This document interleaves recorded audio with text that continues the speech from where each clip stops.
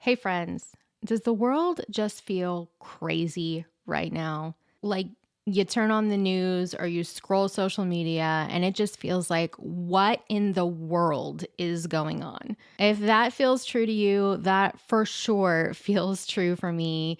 And that's what we're talking about in this series on Good God Talks. What's going on? And in today's episode, we're talking about when the world feels like it's falling apart. I'm a millennial, so I'm not going to lie. Life has been interesting. I've lived through some interesting times since childhood in my not yet 40 years of life, but I don't at all think that this is new.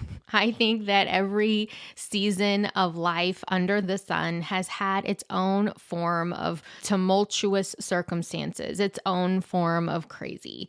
And for probably a lot of reasons, that gives me comfort. It gives me comfort to know that our God, who is outside of time, cares for us all in all of the times that we might live through on earth. Now, back in episode 186, I was talking about communal grieving and how we can bring our grief to God. And one of the ways that we can do that is through laments, through passionate expressions of grief or sorrow. And I'm actually going to read for us a number of verses from Psalm 74 today, which is a psalm of communal lament. One of the things I noticed when I was reading through this psalm is how easy it is to turn our focus to what's going on out there when things in the world feel crazy or chaotic.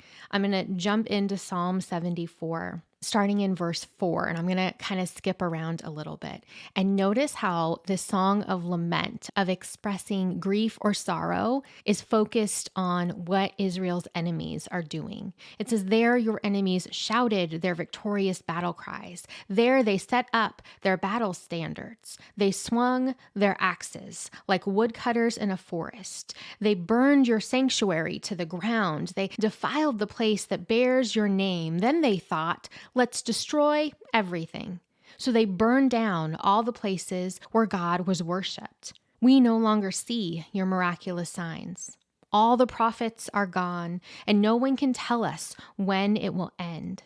How long, O Lord, will you allow our enemies to insult you? Will you let them dishonor your name forever?" So it starts with what the enemies are doing. They are doing this. They're coming against us this way. And it's sharing, and rightly so, back to the Lord. Look what this has meant for us.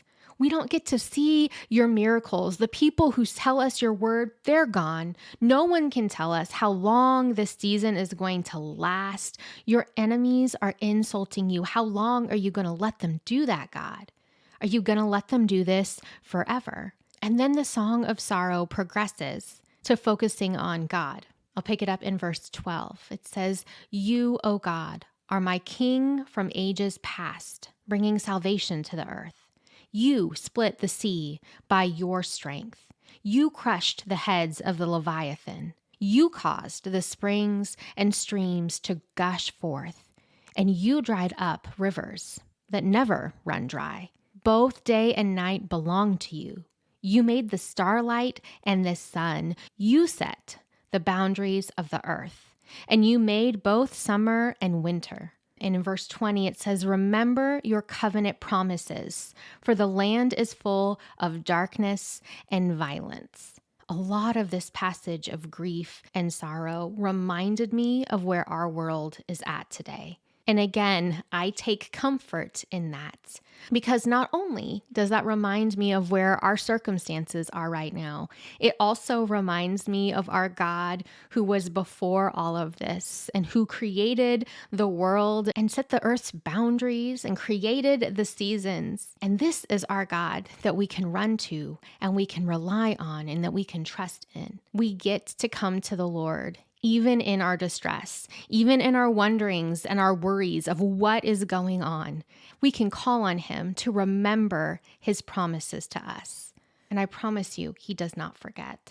And so with the circumstances that are top of mind for you, with the heaviness that you might feel pressing down on you with what's going on in the world or in your home or in your neighborhood, I want to offer you a question to take to God to then continue this conversation with Him today. We don't have to ignore the things that are going on.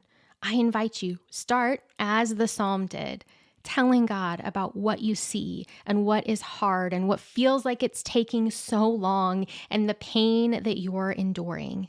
And then ask Him, now that I've told you about them, God, will you tell me something about me and you? And then listen for what He wants to tell you. Have a good talk.